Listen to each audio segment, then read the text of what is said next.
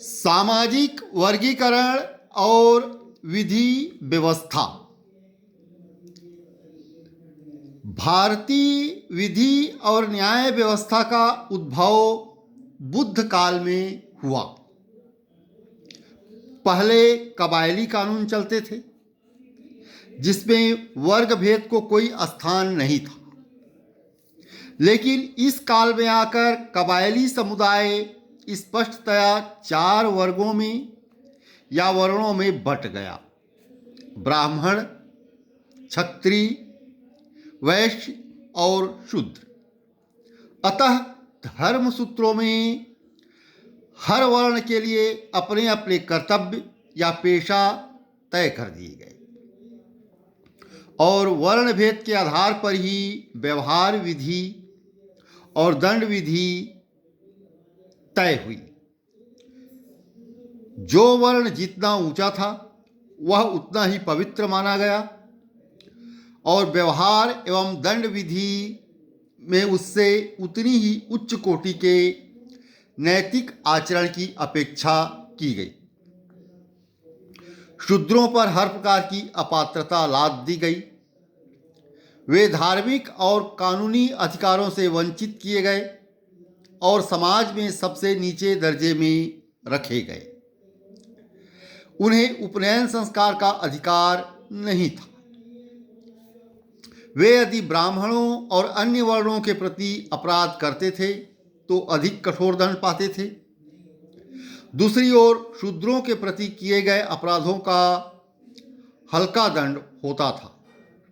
स्मृतिकारों ने कल्पना की कि शूद्रों का जन्म मूर्तिकर्ता के चरण से हुआ है, इसलिए उच्च वर्ण वाले, विशेषतः ब्राह्मण, शूद्रों के संपर्क से परहेज करते, उनका छुआ खाना नहीं खाते और उनके साथ वैवाहिक संबंध नहीं करते थे। शूद्र किसी ऊंचे पद पर रखा नहीं जा सकता था और उससे भी महत्व की बात यह है कि शूद्रों का कर्तव्य दास, शिल्पी और कृषि मजदूर के रूप में द्विजों की सेवा करना तय किया गया। इस विषय में जैन और बौद्ध संप्रदायों ने भी उनकी स्थिति नहीं सुधारी। उन्हें नए धार्मिक संघ में प्रवेश करने की अनुमति भले ही दे दी गई, उनका सामान्य स्थान नीचे के नीचे ही रह गया।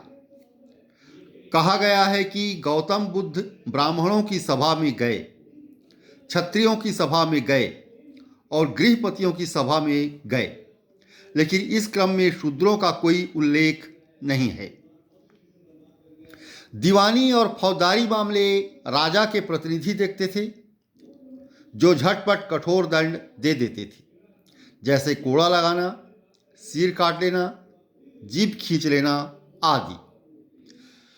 बहुधा फौजदारी मामलों में जैसे का तैसा दंड दिया जाता था, अर्थात आंख फोड़ने वाले की आंख निकाल ली जाती थी और दांत तोड़ने वाले के दांत।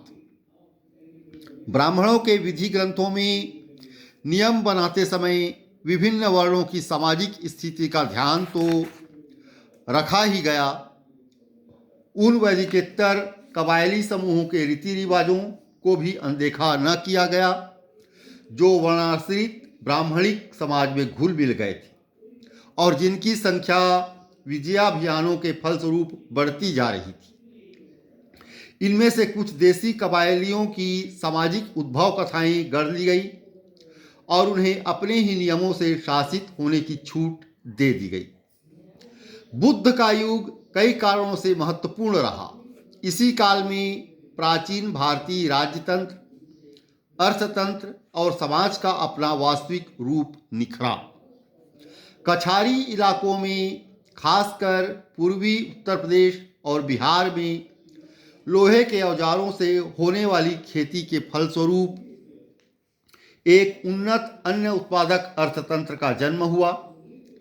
किसानों से कर वसूलना संभव हुआ और कर एवं बलि की नियमित वसूली के आधार पर बड़े बड़े राज्य स्थापित हो सके। इस प्रणाली को बनाए रखने के लिए वर्ण व्यवस्था की गई और हर एक वर्ण का कर्तव्य स्पष्ट रीति से निर्धारित कर दिया गया। इस व्यवस्था के अनुसार शासकों और योद्धाओं को क्षत्रिय कहा गया, पुरोहितों और शिक्षकों को ब्राह्मण कहा गया, किसानों और करदाताओं को वैश्य कहा गया और श्रमिकों के रूप में उक्त तीनों वर्णों की सेवा करने वाले को शूद्र कहा गया। धन्यवाद।